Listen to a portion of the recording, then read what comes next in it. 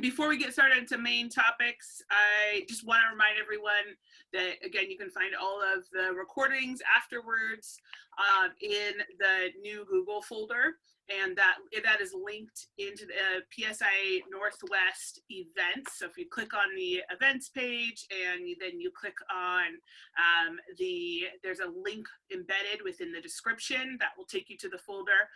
We always do our best to try to get those recordings up from the previous show as soon as possible, but sometimes it does take a few days. So Monday or Tuesday, the following the show is usually a good time to be looking for that. And again, with show notes, I do want to just take some responsibility. We were a little slow on getting up some notes from last week's interview with Ann Shorling. So thank you in advance. Those are up now. There also may be some changes to those as Ann and I kind of follow up on some of that content. So I encourage you to go back to the notes from June 12th specifically and just kind of dig in. I know that was a pretty rich interview. There was a lot there. And I've already been chatting at her about coming back. So great. And then next week, just to get the buzz in your ear, Katie Foyt, who is on staff here in PSI Northwest and is also serving on the People Skills Task Force for PSI National, will be our guest next week. We're specifically going to be talking about how to practice people skills. So be thinking about like that lingering question that I've noticed come up quite a few times, especially in the last, probably 2 or 3 weeks of like, gosh, how do we do this? Like, here's all these things and we talk about them conceptually. And from what I know about skiing is that if I showed up, I don't know, to an exam and I had no practice with any of the skills that I'm asked to perform, I'm probably not going to do very well. So what does it look like to practice? And how can we start how can we start applying that? All right, excellent. All right, moving on. Let's see, check. Excellent. All right, so first, before we get started, before we dive into this week's content, I do just want to briefly review a few subjects that came up last week with Ann. So again, I just want to review prescriptive versus adaptive people skills. Right? So the exact definitions that our national team has offered for prescriptive assumes a known problem and a best solution to that problem. Does anyone have an example of that they would want to share or offer? I think. Yes, Jeffra. Oh, sorry, I didn't raise my hand. That's okay. Like a new instructor who has been given their very first time class of adults, let's say. So they're going to have a pretty prescriptive template that they're going to follow: introductions, checking, equipment, yada, yada, yada. So I think that, whereas somebody who's more experienced may not follow that exact template. Awesome.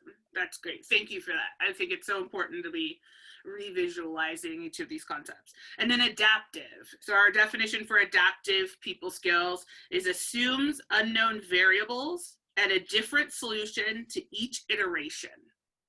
Someone have an example or even a parallel, maybe somewhere within the learning connection pillars. Yeah, Hero. Yeah, I have an experience I had. I was going up this chairlift and watching this guy I know teaching a lesson, and I knew the lady that was the student, and I saw him go through step by step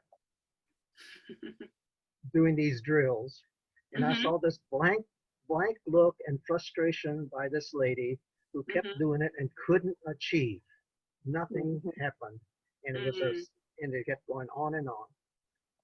Strangely enough, the next day I had her as my student, and I knew what we had to do, so we did it, which was basically I had seen her not turning her legs and not knowing how to tip her edges and such. And we worked on that, and it was interactive, and I would tell her what we wanted to do and what you know, she actually had a goal. She wanted to take this particular run, and she tried it, and she was all over the place. And the goal was to be able to see that. So by the end of that lesson, she asked if she would be good enough, and I said, yeah. And then I gave her some suggestions on the steep pitches to go across and make it flat by going across when she needed to, and such. And the next day, she was just all excited because she made it. Well done. That to me is the adaptive versus what this other guy was doing. Okay, yeah, that sounds like a nice example to grab onto. So thinking of it as being the things, you know, reflecting back to, you know, what is that survival list for our first year instructors or level 1 instructors, which is absolutely fine. But then reminding ourselves that really this idea of being adaptive, especially when it comes to people skills, and really anytime we're moving into what the why is that we need to be able to see that person inside and out and to consider their goals. What are they showing up with? How, you know, with Ann used the example of the kid, I think most of us have seen this image in the CS1 or CS2 slideshow with the kid with the bulging eyes, you know, that's like got the, you know, the grimace of like, you're not going to have fun with me no matter what, right? So we need to have skills that, you know, not everyone wants to be there, or maybe they show up that day and they're frustrated. And coming back to this idea is that we're really looking to provide a best day ever each time. And what does that look like in skill development? And that's more of that adaptive, like I can work with you trying to meet the goals of the student who wants to ski a specific run and what that person's timeline is, but also giving them an emotional support along the way.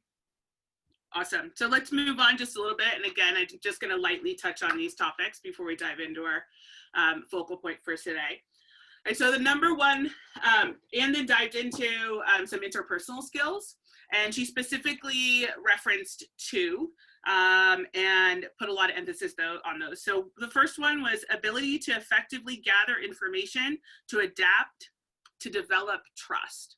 So this comes back to that topic of trust that we've talked about a lot. It seems to be one of the core recurring themes throughout all of our episodes. So we've talked, I know Dave Lyon talked about it a ton, just how do we get to trust? So this really talks about the idea of, you know, can you consider 1, your environment, 2, the group, right? And 3, your own self-awareness. Right? You can find some additional notes on those subtopics within the show notes for June 12th if you want to go a little bit deeper. Okay. And then moving on, number 2, ability to differentiate between what is mine and what is yours. And I have to say, I think that this is so important and so hard to teach.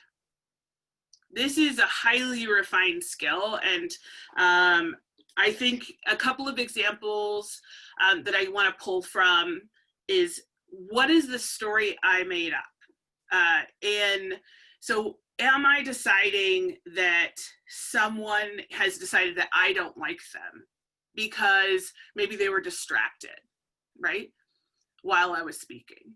Or maybe in the context of the show, maybe I decide someone doesn't like me personally because they didn't show up one day.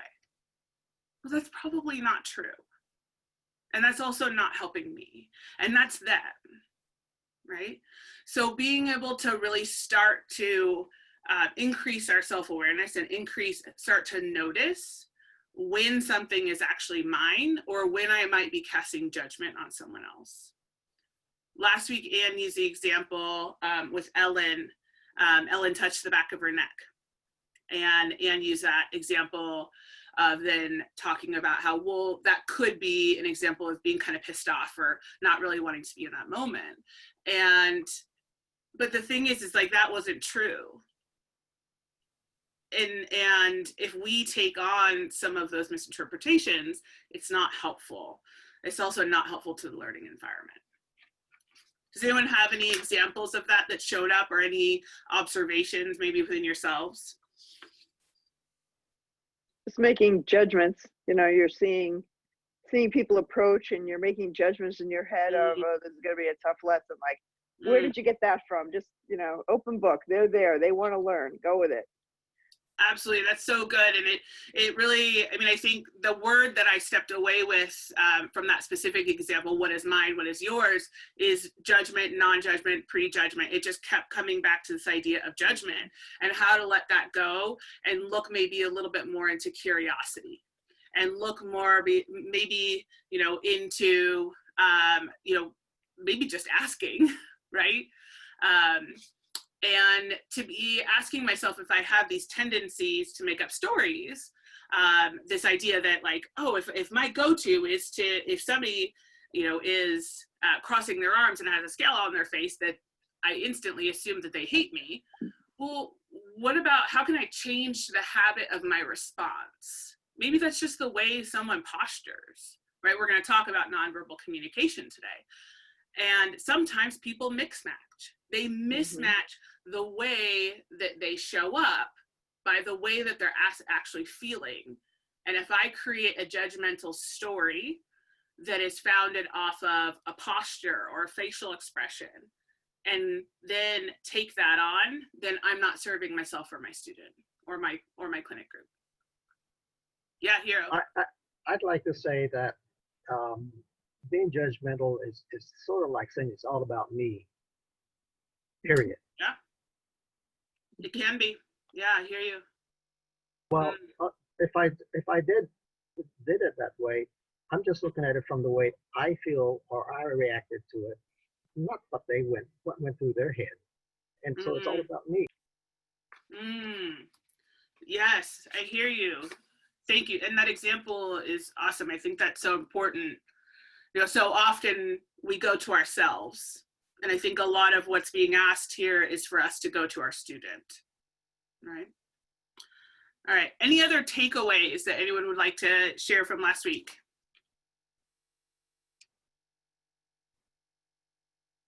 Oh, Jerry Ann, you're muted. Sorry.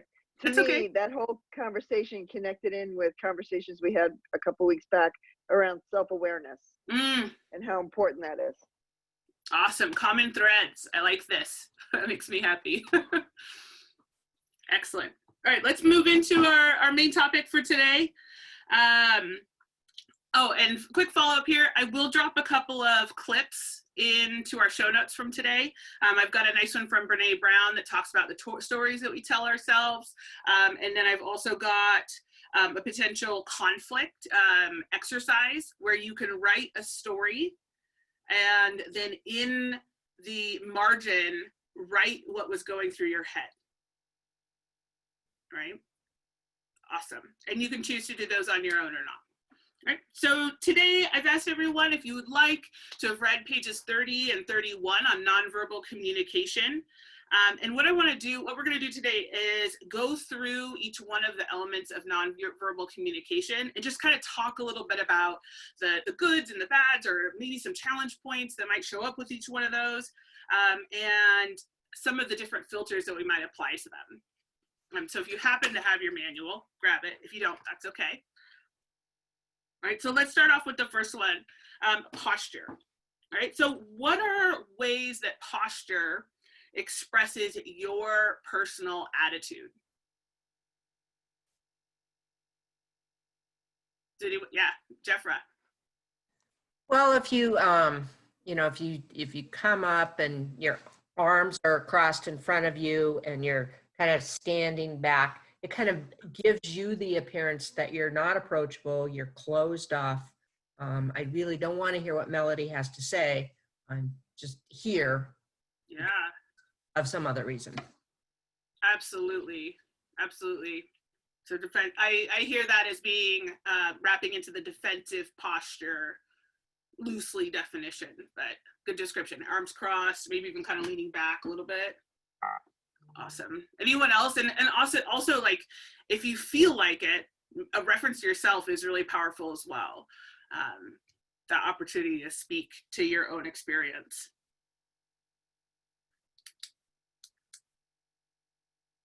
All right, let's grab a couple from some examples. So leaning in, right? if even in this context, if I physically lean in and you can see my face move toward the screen, you're more likely to probably receive the experience that I'm interested in what you're saying, right? As where if I lean away, so I'm physically moving away, or even look to the side, and of course, even worse, pick up a phone and start diverting my attention, right? That shows a massive lack of interest.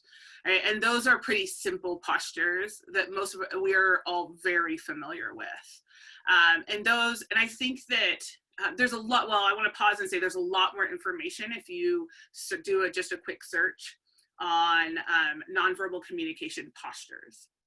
And what I love is there's a lot of diagrams that depict some of our basic emotions and move them into stances. So, you know, is it being excited? Is that posture representing, you know, again, a power posture or hands on the hips, or where the person's hands are, which we'll talk about hand gestures. And one of the things that we'll talk about throughout all four of these is that it's really important for us to know how we respond to others. I just noticed yesterday, I was chatting with my brother and I found us mirroring each other. And I think that that's really interesting and was so notable. And it didn't necessarily reflect the conversation perfectly. We were talking about something challenging, but this is something in our sibling relationship that is very welcome. I love having hard conversations with my brother. And I noticed we were both like wide stance, arms crossed, but welcoming the communication. So we had like a little bit of a defensive power posture with each other, but we were being so kind in our words, and so supportive of sharing stories about experiences. So it's interesting just to notice, what do you do? What is your go-to? Do you lean in? Do you look for a whisper? Do you try to get someone to give you more of a close interaction? Do you move away? Do you never really look someone's directly? And again, we'll use that filter with each of the additional ones as well. Let's move into hand gestures, right? This one, holy smokes, I just want to pause and say there's a lot of information about hand gestures out there. Yes?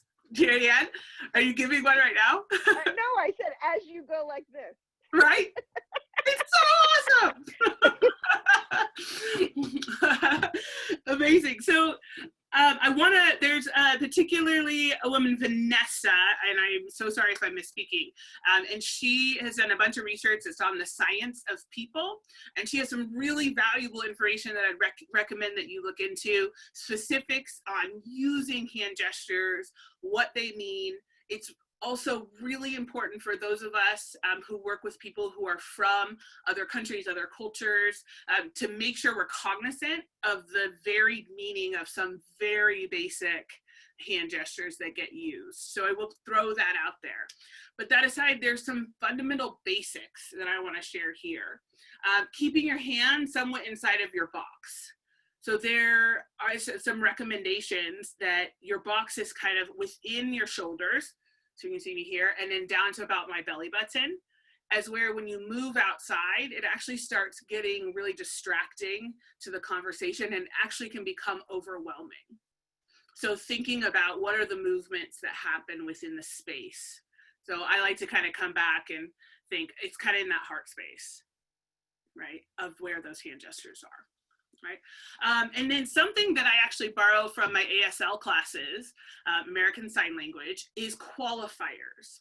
So within the context of hand gestures, qualifiers. So if I told you, you know, there's only a little bit of reference to qualifiers within ASL, right?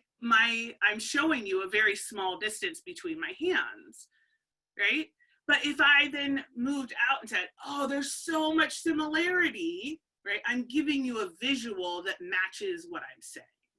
So more likely, I'm increasing the likelihood that you're going to actually remember what I'm talking about by using matched hand gestures within the context. I will say that if you happen to be familiar with ASL or have any training, there are some similarities and there's also some really big differences. There's a few that I was like, wait, that doesn't mean what they're saying it does. So be cognizant of that if you have some training or for working with someone who does use ASL. Another one I really appreciated and I feel like is really valuable out on the Hill is offering lists. So if you say, hey, I'm going to give you 3 things, and we're going to start with 1, and then here's the second one, and here's the third one. And that visual helps people follow along. And that can be a hand gesture that gives you something concrete to come back to. Right? That's also something that's used within the context of ASL as well. Let's see. Being able to use your hands when we're speaking about this or that. So would you like to go over to this run or that run? Helps keep things different. Or saying, then can we go to, and I'm moving my right hand and giving it a little bounce, and then I'm moving my left hand and giving it a little bounce. Open palms, you can definitely do it with a mitt. Right, I'm a committed mitt wearer on the Hill. So, but what it does is say, hey, who would like to go to the bump run? Who would like to go ski to shoot? Right? All right, everyone who wants to go to the bump run. It helps also keep track if you maybe are working down the pathway of a more complicated conversation, if there happens to be 2 elements to it. How are we doing? Everyone looks pretty engaged. I've got a couple of no-facers on here, which is totally fine, but, and, oh, look at that, hi, oh, bonus, thank you, I love it. So just be thinking about how your movement changes the way you interpret, the way you offer the information, right? Does anyone have anything they want to add to that? I like to use the hands for you're describing ski movements. Absolutely. And you know, if you watch ski racers before they go through a race, they're up there visualizing with their hands. So absolutely, that's really big on making that connection between hands and feet. Yes. That's such a good reference. So for those of you listening, there's a lot of demonstrations of having the hands together side by side and kind of moving through like a slalom or GS course, like going through the imagery of whatever the course is and replaying replaying it before you execute. Awesome. Thank you for that. All right, I'm checking my notes really quick.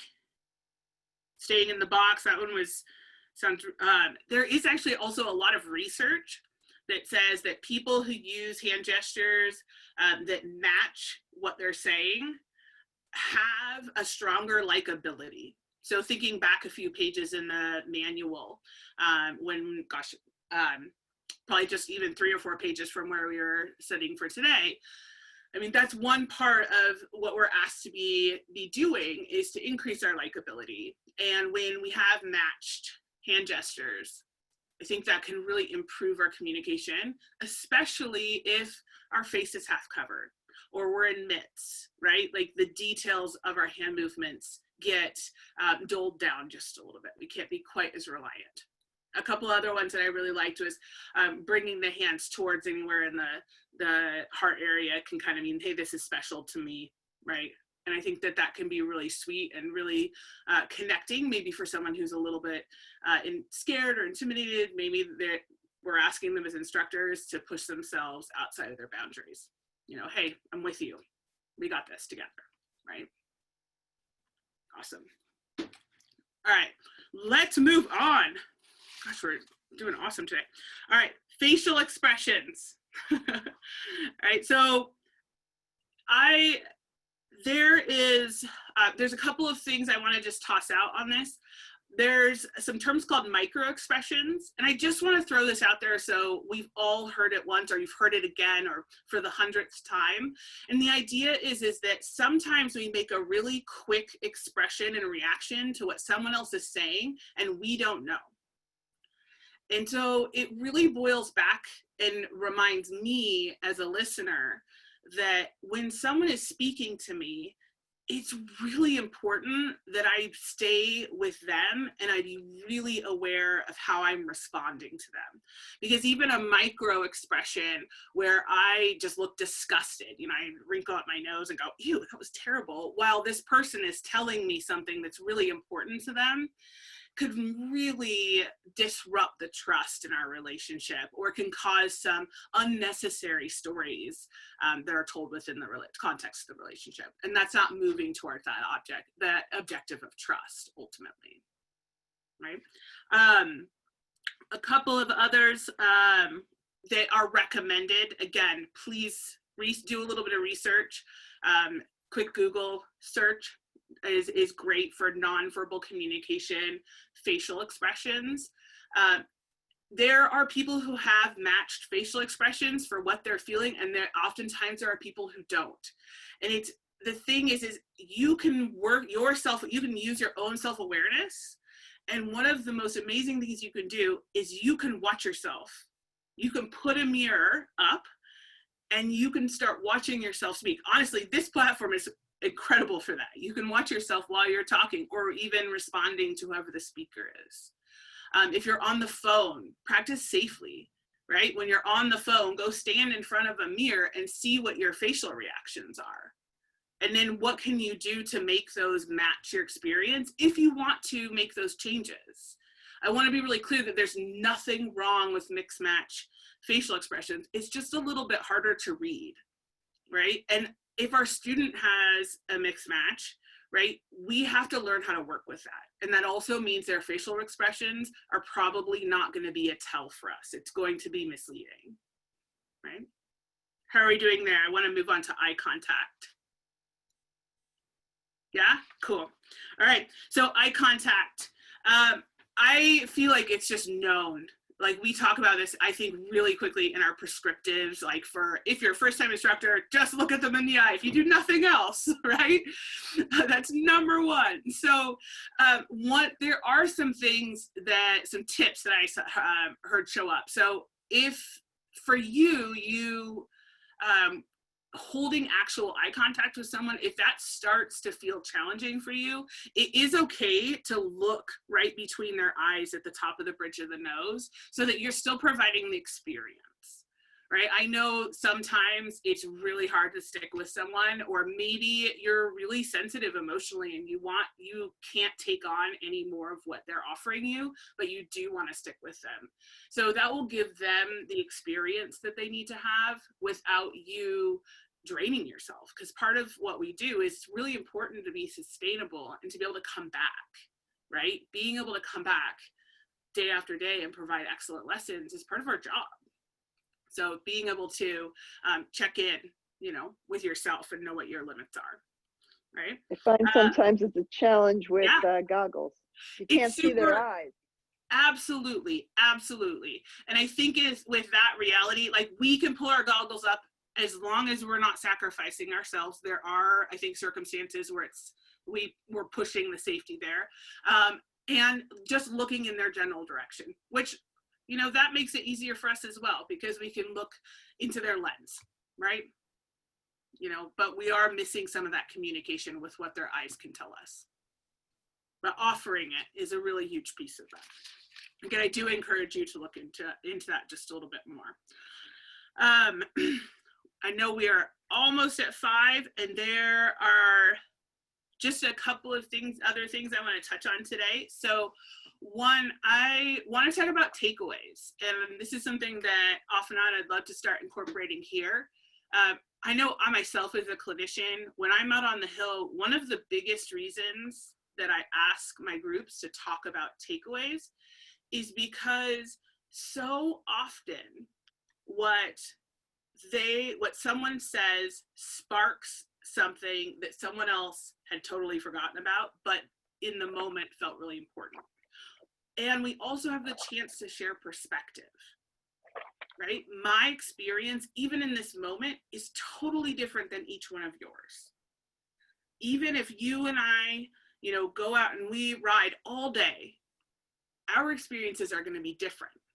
And when we can speak from our experience, we have the opportunity to hear something different from each one of our colleagues, right? Awesome. So I would love if a few of you, I'm not going to require everyone to do this, but just share one takeaway that popped up with you from this afternoon's session.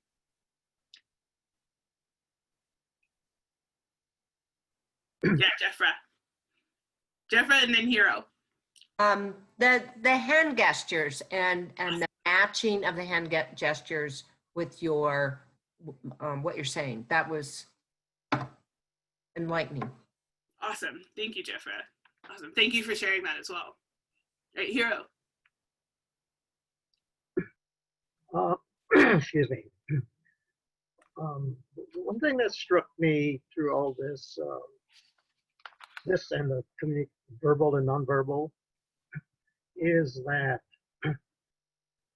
the when I was in last time I was in Seattle, the classes I had, the students I had, were dominantly immigrant type families. So the cultural range really impacts what you might see from your students. And also the fact that some people looking down, that's their way of listening. Yep. You know, so you need to take all of that into account, that this, the guidance here is kind of aimed at a fixed group that's common. And that commonality is shown by the images in the book. Non-cultural. It's just one American, normally seen on the slope folks. But when you see other folks on the slopes, then your stereotypical image of what you expect, that's personal, guides you, and watch out for that. So all of these things are great for clarifying, but be aware that these cultural differences could lead, if you read it the way you always read it, you could be way off. Awesome. Thank you for that, Hero. I want to emphasize that absolutely, and I think that that clause hangs on any of our and all of our verbal and nonverbal skills. Like, so these are really just meant to be a starting ground, and I actually think that within each one of the descriptions, it does tell you to do a quick internet search. And the other thing I'll tell you is that these things are going to change.